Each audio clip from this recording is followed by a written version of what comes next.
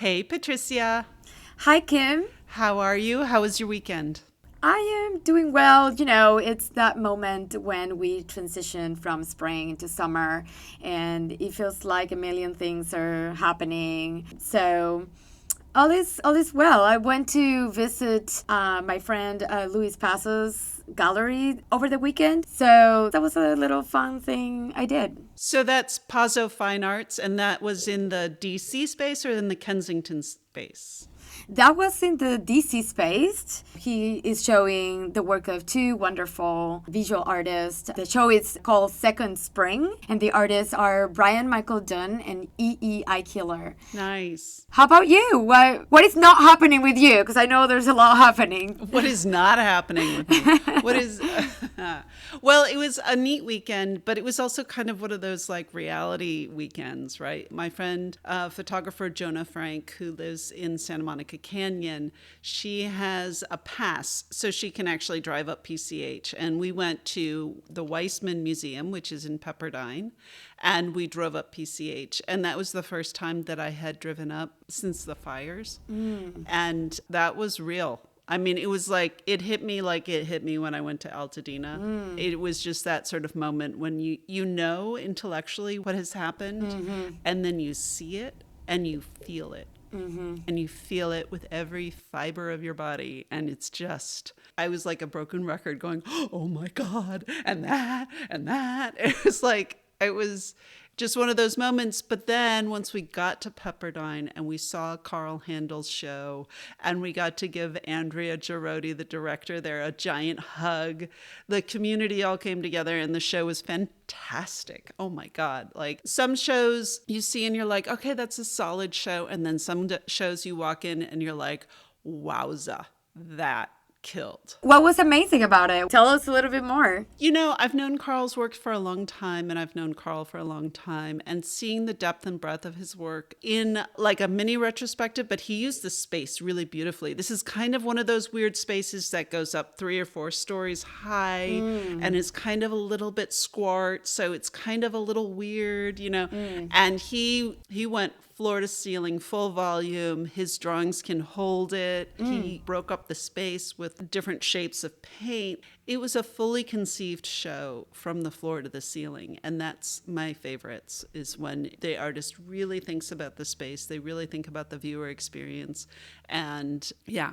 I love retrospectives, by the way. As an art historian, I absolutely enjoy immersing myself into the artistic life of one single artist. It's so rewarding always to me. And, you know, as somebody who is writing a monograph on a single artist, I just feel like it's an education into what it means to live a creative life and to see also the expanse of an artist's work, to see how they conceive huge works of art from a sketch or a drawing and how it then materializes into these big artworks. It's beautiful. So I totally get the feeling. Yeah, and the benefit of this one is that it's not a full retrospective.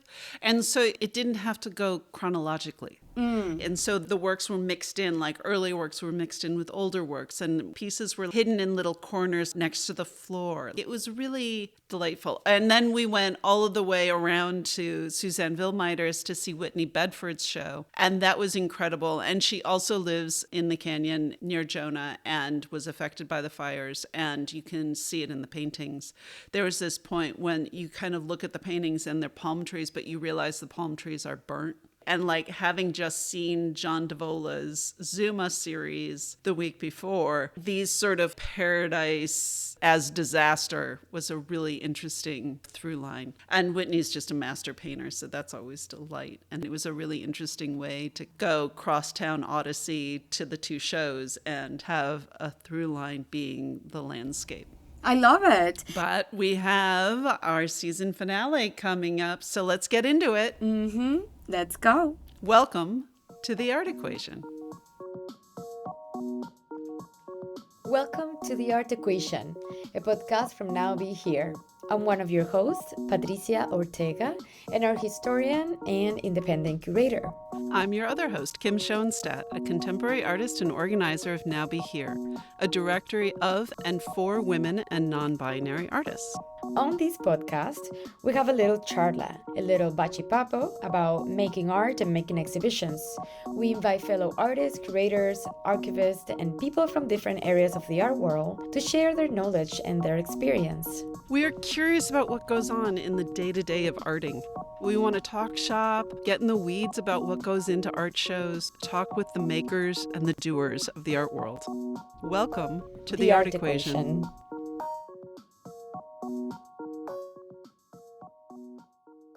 And welcome to our season finale. Oh gosh, it's been such a trip, such a journey talking with Kim, and I'm just so excited about today's episode.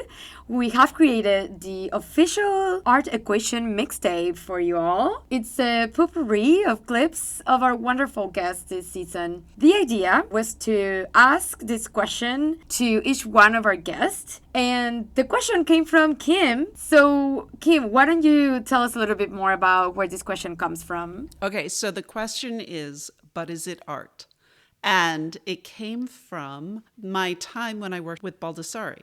On the weekends, we would go see art. We'd drive all around town and go hop from show to show to show to show. And in between, grab some lunch, blah, blah, blah. Occasionally, I would talk and notice something and say, oh, I like this piece of furniture, or something about this architecture, or somebody's outfit, or some cool shoes. And John would quip back, but is it art? And I was still growing artistically. Like, I started working for John right out of undergrad. So I was still coming out of Chicago, which was pretty clear about what was art and what wasn't art. Those Chicagoans had very clear definitions of like, that is not art. And so when John would ask this question, it kind of twisted my noggin. You know, it scrambled my brain a little bit and really made me think about where are these boundaries? And the boundaries of art are still something that I think about today. Fascinating.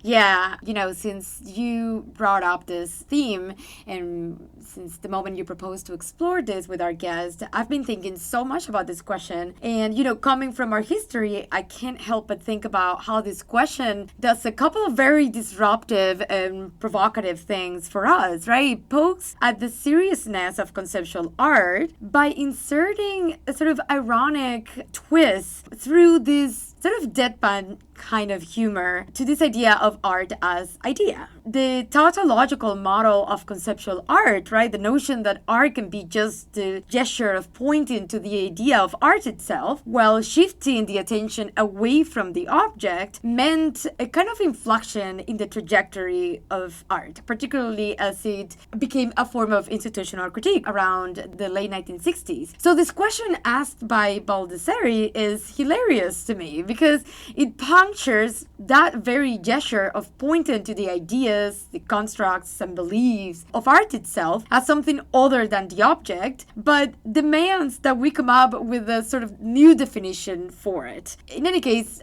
I think it calls attention to the inevitability of art being a shared experience, even when it is continuously redefined, or because it is continuously redefined. As you just said, we sort of find ourselves having to put in place these boundaries so we can all find some common ground. Yeah. And that was John's whole thing with the commission paintings, right?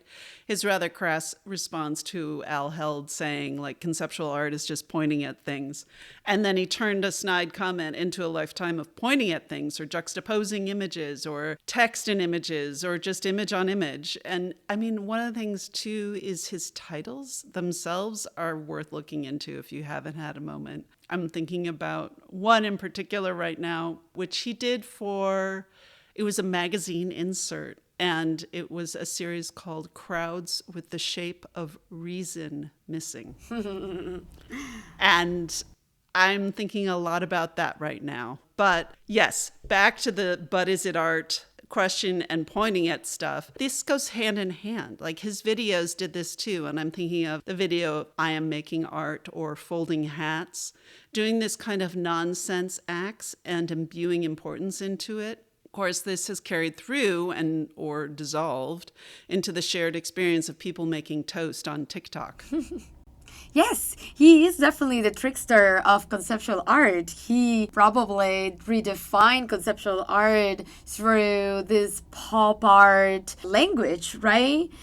We love Baldessari here, as you might know, at the art gallery. We are lucky enough to have a series of short films in our collection. I like to show them to my students, even when I teach post-war art. Taras, who is so nice, usually sets them up for me in the Herman Maril Teaching and Research Gallery. But this particular series of 4 films from 1972 and 73, these were born out of Baldessari's famous assignments to his students, which I also use in my classes, where I invite students to create their own funny pieces of conceptual art. But in these assignments, he will participate too. So he decided to film some of his own contributions to these class assignments, and that is basically the story behind these films. But they're great. I love them because, again, they have this absurdity and this humor that, to me, pays homage to and more closely aligns with the tradition of Dada and with Duchamp. But at the same time, sort of working against the seriousness of New York conceptual art. So you find references to Hollywood culture and cinema, but also they reflect on the nature of everyday activities. They raise these very exciting questions about authorship and originality, the separation of material and idea, art and production, particularly in the context of this huge production industry behind Hollywood. Yeah, absolutely. And it's interesting you were talking about his teaching, because he always said you can't teach art, but you can set up a situation in which art might happen. And so making art with his students, right? Like setting up this situation where he was working and they were working and everybody was just at the same level working. That's a situation where art might happen and ideas might get exchanged.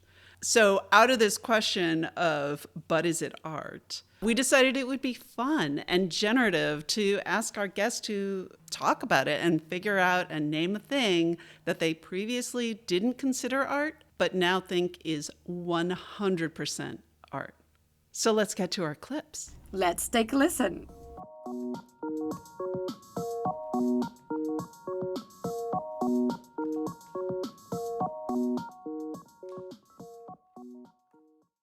My name is Lisa Diane Wedgeworth, and the thing I think now art is the range of what abstraction can be. I had a very limited perspective of what abstraction is. Even though I teach and I encourage my students or use language to help them expand their perspectives, for myself in my own making and studio, I was very limited. So I've given myself permission to understand what that looks like. But also, this is going to be interesting or a little silly. Just recently, and this is a new thing, I was on Instagram. And you know when you're on Instagram scrolling, you get those ads or promotions and it'll say learn more, where there's a video. It's from some gallery. I only saw it once. I can remember it and I haven't looked at it since. And he's talking about abstraction. And in the background, you say very traditional abstraction. Also, or we can use the word, non-objective works. But he mentions hard edge. And then he shows a painting of some architectural painting that's not hard edge, but you can see the artist's hand. And he's like, and this is abstraction. Or there's something else that's abstract, what we would know is abstract, but there are some representational images. And this is abstraction, because abstraction is really what an artist wants it to be. He says something like that. And I'm like, thank you. So for me, it's a genre or a concept of art that I'm allowing myself to expand and understand, which is freeing for me. Elyse Driscol. I actually find myself having to think of the reverse of that. Just like working in an institutional setting, I tend to see everything as being precious in some way. And now that I work in the archives and I might be preparing like a fax paper for display as opposed to pastel, I still approach it the same and how to care for it and prepare it for programming. But I tend to have to remind myself that it's not art. So yeah, just to put a spin on that. Melissa Huddleston. Elyse and I did not talk about this before, but I have the same answer she has, which is I more often have the experience of being told something is not art, but I feel like it is art, and I can't really escape that feeling. And I think the breast dress, which I talked about earlier, is a really good example of this. We had a study day with Anne Gauldin, and she was very clear this was a costume, this is not the artwork, which is true. But, you know, I spent so much time with this dress and thought about it so much, and it was made by artists. She used her hands and her body to make this dress. It's really beautifully crafted the way it's put together. It's so thoughtfully put together. It just has so much meaning. It has such an aura about it. And I started thinking about, is it possible for an object to be art even if the person who made it swears that it's not art? Or can something become art through its own path over time? I think for myself, I really want to approach the world with a very expansive idea of what art can be. And I mean, we put so much emphasis on what an artist intended, which is the right thing to do in our line of work. But I think as a thought experiment, I like to think about what role a viewer plays in if something is an artwork. Hi there, my name is Yayoi and I serve as the VP of External Affairs and General Counsel at Powerhouse Arts. And the question you've asked me is, what did I think was ever not art, but then 100% became convinced that it was art? And I think for me, given my background at the intersection of art and law, I'd like to think that legal scaffolding that helps art and helps artists and artistic practice can be a form of art in and of itself. Hi, I'm Julie Wolfe. And my "but is it art" is, I feel that everything around me is art. I'm so laser focused on the artistic side of life. One of the experiences I had visiting a museum was first seeing Mola textiles. And it really struck me because they were these applique textiles made by indigenous Guana people. And the applique technique was so inspiring to me, and I was so drawn in and realized the intricate techniques that were used. I never would have thought, actually, of textile arts and applique being an art form. I don't know why now, but at the time I thought, wow.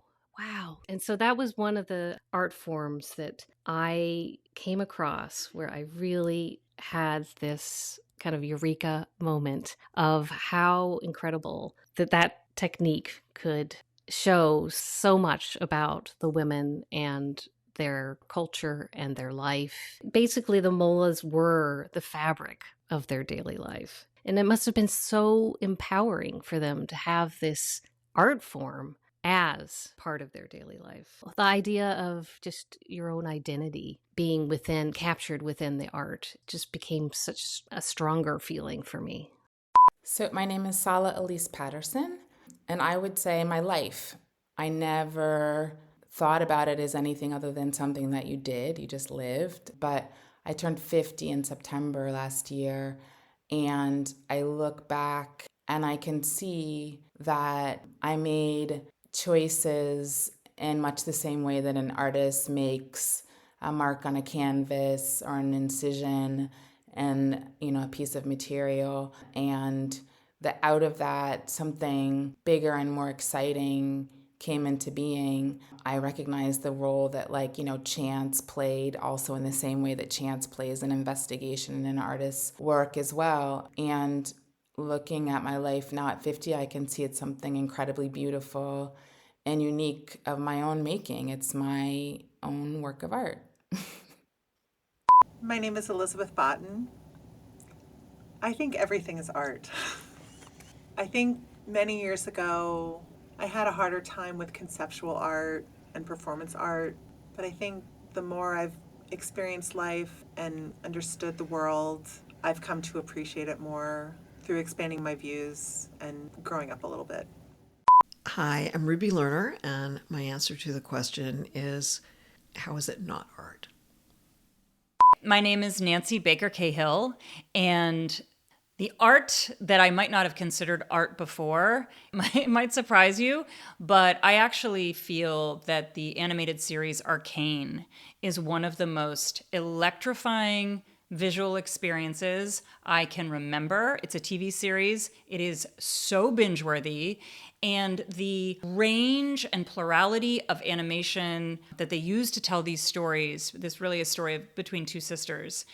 I literally felt myself gasping watching it because you had everything from the most sophisticated animation techniques that I know of, at least as of today, and then they would pivot and it would just be rough line drawings. I don't know if anybody's seen La Jetée, but you just have a series of stills. They were probably concept drawings that became part of the storytelling. And I thought, this is breathtakingly original, breathtakingly unexpected. And so while I will say, somewhat critically, some of the writing, it's not going to win any Emmys, but visually and the characters were so deeply compelling that it stayed with me in a way that I could not have anticipated and really, really inspired me. I just thought, this is unbridled animation. This is animation without limit. And then one other thing I'll say, back to TV, and this is probably a more controversial take, but Nathan Fielder's The Rehearsal, while deeply cringy and uncomfortable, which is of course the point, to me, at times, and I won't say universally, but at times, the performance of it feels to me like some of the best art that I've seen in performance. It gets at the thing that happens in performance where you simply don't know what's going to happen next. And it makes you deeply uncomfortable. And I'm always interested in things that make me deeply uncomfortable. So I would say those are my two examples of, I would call them art. I think they qualify as art, even though they are in a more populist medium. I think that they're art. My name is Matilde Guidalli, and my answer to "But is it art?" is a piece by Walter de Maria called Cricket Music. The piece consists in drumming.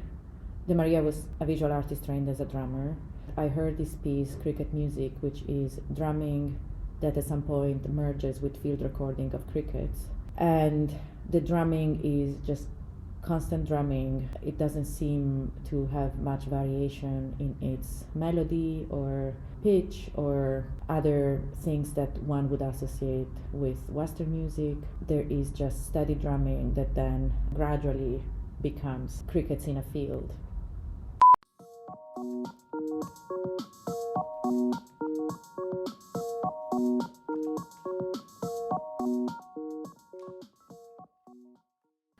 I love all of the answers, and I love the spontaneity and the candidness of all of our guests with what is really a difficult question. It's not as simple as it seems.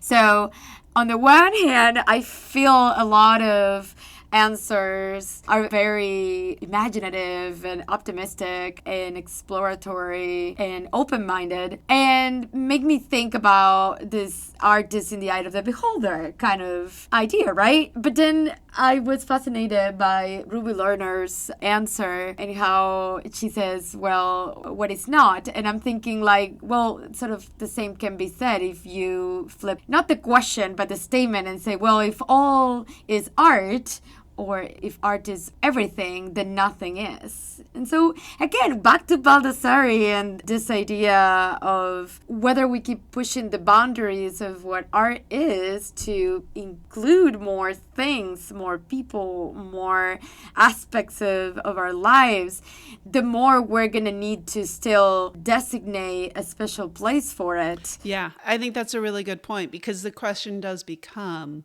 then what is art? Yes. And how do you know it when you see it? Because Yes. if everything's art, then how come we're saying, well, this one thing is worth X amount and this other thing is not worth X amount? It's interesting to me because these boundaries of art concept started with a more simple question of how far can we push this idea of what is art and what isn't art, like what fits in the bucket and what doesn't. But now that we don't have buckets and we have an industry and we have a profession, right? Like this is a $1 billion industry, and now we have to defend why things have value and don't have value. Yeah. And I always go back to this experience that was foundational in my life, which was when I had the opportunity to be in one of the slow-looking exercises with Rika Burnham. And it was facing this painting from colonial Peru of this Virgin and, looking at it and contemplating this religious art, that it became very clear to me that that experience of contemplation and that experience of being present, what it does to us, the little fringe that it opens into our everyday experience, I think that is what art is, or what art does. It still needs a special place, even if it comes to us in the everyday life. But are you talking about, that's a vetted experience, right? You're talking about you went to either a museum or a church and saw this? It was at a museum. Yeah. So it was already selected. It was already blessed in some way. Well, the artwork was, but the experience itself wasn't. It became this situation that you were talking about that asked me to engage my senses and my full self, to bring my full self into this experience. And that's the fringe. That's what it opened a crack into just the mundane. Yeah, it gets really interesting because there is something that's really agitating me lately, clearly, is this sort of who gets in the door and who doesn't get in the door. Or this one artist gets discovered, in biggest air quotes, in their 80s, and this other artist got discovered in their 20s. As a woman artist, being discovered in your 80s is not... That's kind of how it goes. But they were there all along. Yes. These artists have been working all along. So why now? What's happened now? But I think it is a really generative and complicated question, even in its simplicity. And I love Sala's answer of her life is art. Yes. Being present, like an Abramovich kind of approach, treating each moment as an experience and as a thoughtful experience is an interesting way of going about it. It is. I love Sala's answer too. And we always, again, think, oh, well, art is somewhere else. And just to think that it's the closest thing to us, right? It's the very material of life. I think it's beautiful and it's very inspirational. Well. Yeah, and then Julie's one about the Mola textiles was really interesting also because, she's almost talking about an archive, right?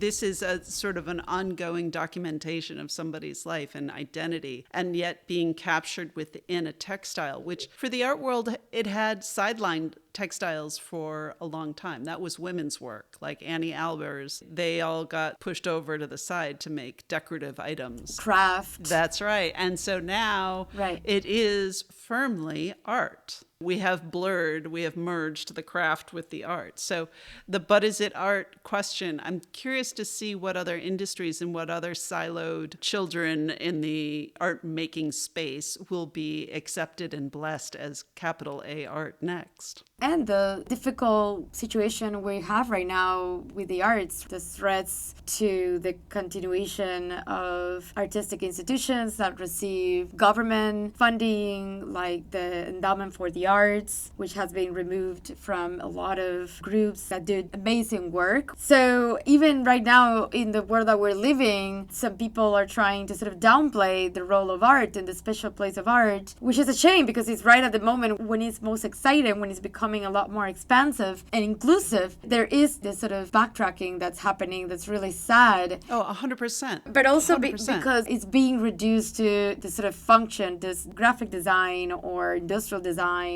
and marketing, and it's going more into things that are more practical and that have a purpose and that make a profit. And I think Baldessari here reminds us that the absurd has a very important role within systems that try to confine creativity and the imagination. Absolutely. Absolutely. No, there is a very big push right now from our own government to rewind the definition of art. But horses out of the barn. Like, we're in the field. Nice try. But is it working? That's the question.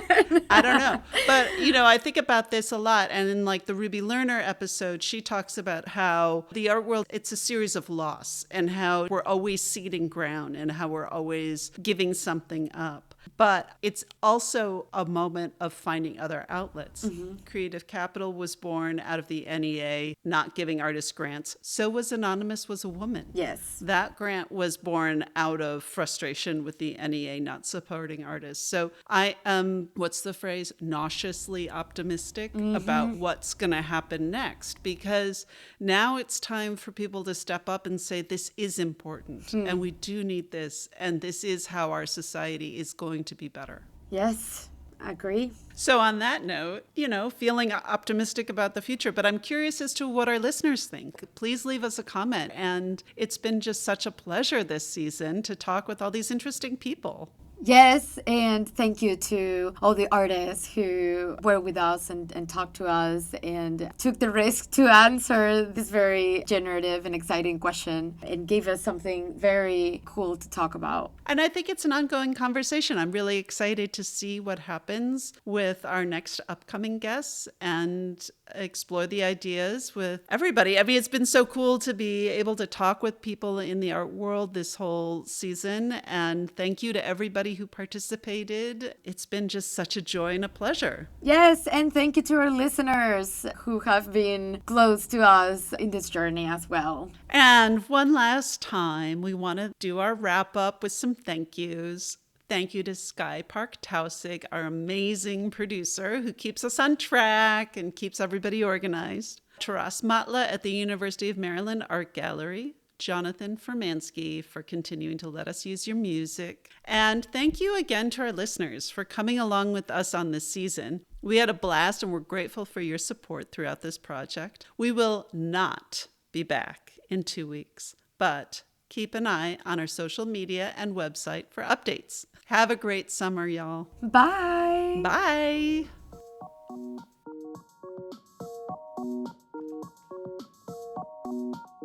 We are The Art Equation. You can find us wherever you listen every other Thursday. Thanks for being here with us. We'd really love to hear your thoughts. So please subscribe. And if you have a moment to leave a review, it really helps us out. We love the feedback. Talk to you soon here on The Art Equation. The Art Equation is a podcast from Now Be Here with support from the University of Maryland Art Gallery. Now Be Here is a directory and resource created by and for women and non-binary artists. You can find more information at www.nowbehereart.com.